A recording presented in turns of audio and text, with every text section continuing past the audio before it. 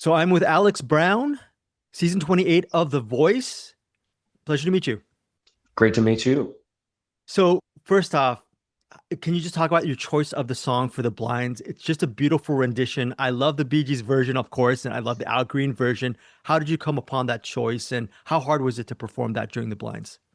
It definitely took some work to get it where it needed to be, but as far as picking the song, I had out of all of the other potential songs to do, that one just had the most power to me, and I think it fit my voice the best out of all the other choices I had. And yeah, I just related to it, and I just thought it would be the most powerful song to do. What was it like watching it just in person with your loved ones, seeing your wife cry and your dad doing the great? Your dad has way more rhythm than I can ever imagine. But what was it like just seeing everything and your package pulled together? And just, I'm sure you got to see it with your loved ones. It must have been a great Yeah, experience. it was an awesome experience. I mean, I can't even imagine what it would have been like if I just watched it by myself. It would have been a lot weirder, but it was just cool to just getting everybody's reaction. It just felt a lot different than actually doing it. Just being able to see it on TV. Yeah, it was great. And speaking of that, watching Niall's response to you, he was saying that you have just, there's not a voice like yours in the competition. Obviously, what was it like hearing that in person and then maybe months later just to see it again, just saying Yeah. how unique your voice is, which is the truth. So, Yeah, I mean, well, thank you. But in the moment, it was like hard to process, to be honest, what everybody was saying. It was like to be complimented like that by such big stars it was legitimately hard to process in the moment. But yeah, watching it back, it just felt great, to be able to hear that again, to know that it was real, that what they were saying. And yeah, it was just really special. And it's just, to me personally, that's just the highest compliment to be considered unique. That is just the most, as a musician and an artist, that's the highest compliment personally I could receive. Alex, in your package, you describe yourself as introverted. And so I'm introverted as well when I'm not Mhm. interviewing people. When you're performing in front of people, especially with your journey on The Voice, how were you able to go from introverted to somewhat extroverted as far as shaking that inner voice out of there? Is there a formula or a way you Yeah. go about it? Yeah. I wouldn't say there's much of a formula. It's just kind of a buildup. Like my anxiety just slowly, like it builds up until it just kind of is like flipping a switch, right before I'm about to do it. It's hard to really say what goes on because that's what it was like for the performance. It was a lot of nerves right until the doors opened up, and then it was just sort of like flipping a switch and I was like, okay, this is what I'm supposed to be doing, it's what I'm here to do and I just got to do it. So, yeah.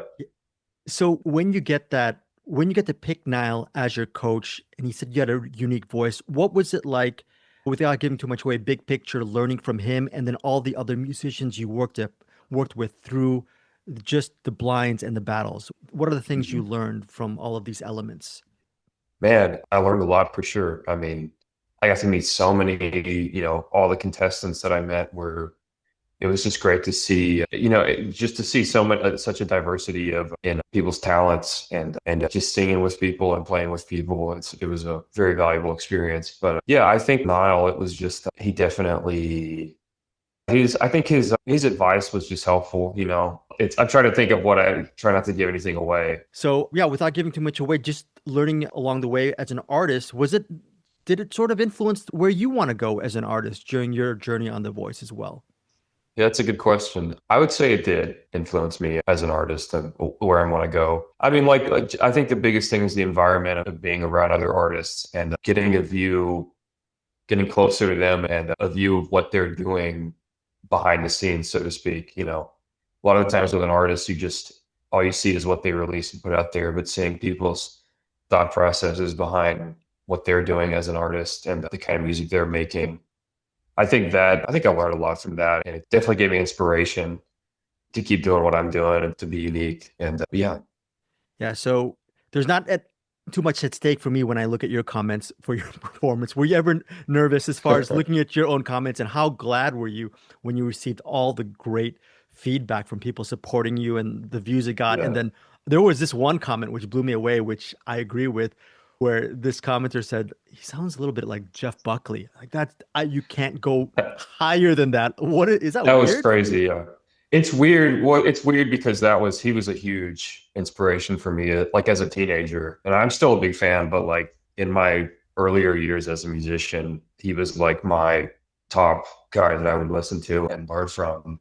But it's kind of like I've grown past that point. There's other artists I've looked to, but to hear somebody actually like point to a valid, like, he sounds like this person and then be correct, like, hey, yeah, I was totally influenced by him. That was definitely cool to see all those comments of people. I saw a lot of artists that I respect and that I definitely took inspiration from, and to see people actually being able to pick up on that was great. And yeah, I mean, it's been overwhelming. It's been great to get all this, positive feedback. And I definitely wasn't prepared for it. I didn't really know what to expect at all, to be honest. But it's been great to get all this positive feedback. Alice, one thing you can do though is we get bios for the respective artists. And regarding your package, has anything changed with the package? Because I think you were saying you were working at Airport Lounge at Shelton's place as a Yeah, sound engineer. Is that still going on? And keep us up to date, big picture, yeah. where you're at right now? Yeah.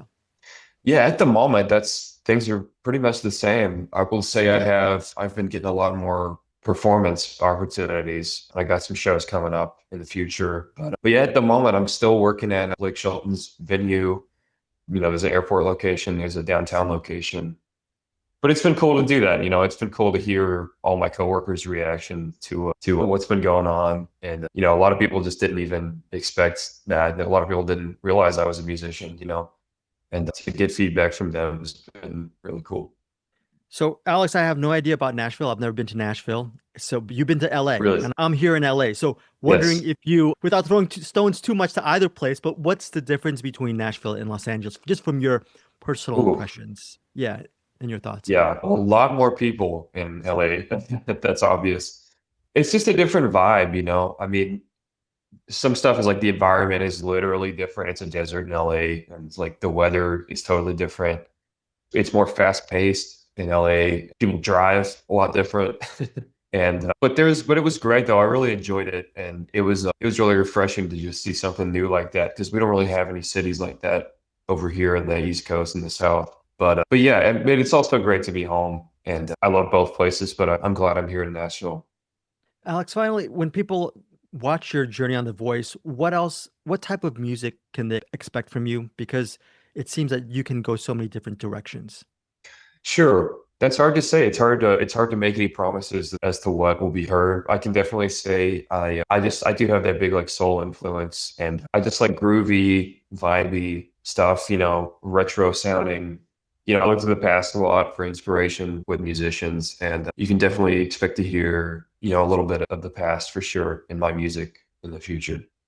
So, what is on your playlist, whether it's Spotify or Apple Music? Yeah, You I talked do about the use past. Spotify.